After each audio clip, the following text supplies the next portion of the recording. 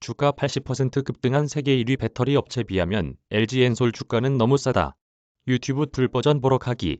한국 증시 기업 공개 사상 최대 규모인 LG에너지솔루션 공모주 청약이 한 달 앞으로 다가오면서 투자 열기가 뜨겁습니다. 전기차 시대가 빠르게 도래하면서 전 세계 배터리 업체들에 대한 투심이 달아오르고 있는 것입니다. LG에너지솔루션의 경쟁사이자 세계 1위 배터리 생산 업체인 중국 캐틀의 주가는 올해 들어서만 80%가량 급등했습니다. 30일 조선비즈재테크 유튜브 채널 누워서 연 2천만 원 떠먹기에는 중국 인민대 금융전공 박사이자 7년간 베이징 특파원을 지낸 오광진 이코노미조선 편집장이 나와 캐틀을 비롯해 투자자들의 주목을 받는 배터리 업체의 성장세를 분석합니다.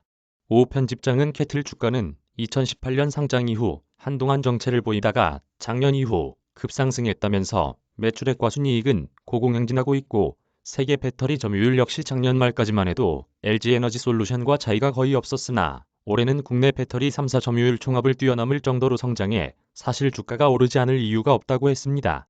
시가총액만 280조 원이 넘는 캐틀의 주가와 비교하면 LG에너지솔루션의 공모가 최상단 금액 30만 원은 너무 저렴하다는 의견도 많다. 상대적으로 저렴하긴 하다.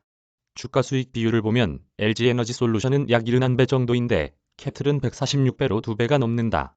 캐틀의 실적이 좋은 건 맞지만 실적 대비 주가가 더 높게 산정돼 있다. 다만 주가는 미래에 대한 기대가 현재 가치에 포함되어 있다는 걸 감안할 때 투자자들은 캐틀의 미래 가치를 높게 평가하고 있는 거다. 이 회사는 단순히 배터리를 직접 제조하는 데 그치지 않고 전기차와 자율주행차 개발 업체들에 직접 투자도 하고 리튬이나 코발트 등 배터리 자원을 얻기 위해 아프리카, 호주와 칠레 광산에도 투자하고 있다.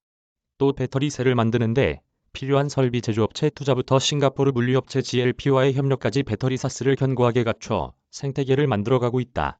생태계를 구축하면 수익원도 그만큼 다양해질 수 있다. 캐틀의 리스크 요인은 무엇인가? 가장 큰 리스크는 미국의 제재다. 현재까지 배터리 장비 자체는 중국이 세계 1위이지만 가령 미국이 캐틀이 만든 배터리를 탑재한 전기차를 생산하지 말라고 동맹국들에 압박하면 영향이 없을 수는 없다.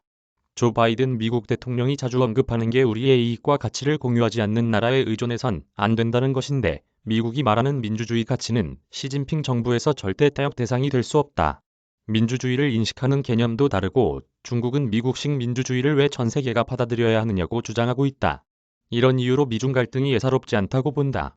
이렇게 바이든 정부가 공급망 재점검을 계속 강조하고 나서면 캐틀 같은 업체에는 악재다. 그래도 캐틀의 성장 가능성이 크다고 보나. 그렇다.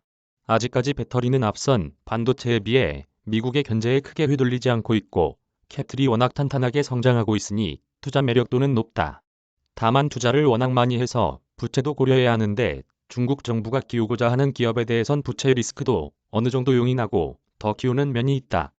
중국 정부의 지원을 받고 있는 캐틀이 노출된 리스크는 아직 그렇게 크지 않고 오히려 성장 기회가 더 많다고 본다. 중국 2위 배터리 업체이자 전기차 1위 업체인 BYD 전망은 어떤가? BYD도 빠르게 성장하고 있다. 중국 선전 증시에 상장된 업체 중 시가총액 1위가 캐틀인데 3위가 바로 BYD다. 작년까지만 해도 12위였는데 확 치고 올라온 거다. 무엇보다 워런 버핏이 투자하는 회사로 주목을 받았는데 배터리 패키징 부문에서 경쟁력이 있다.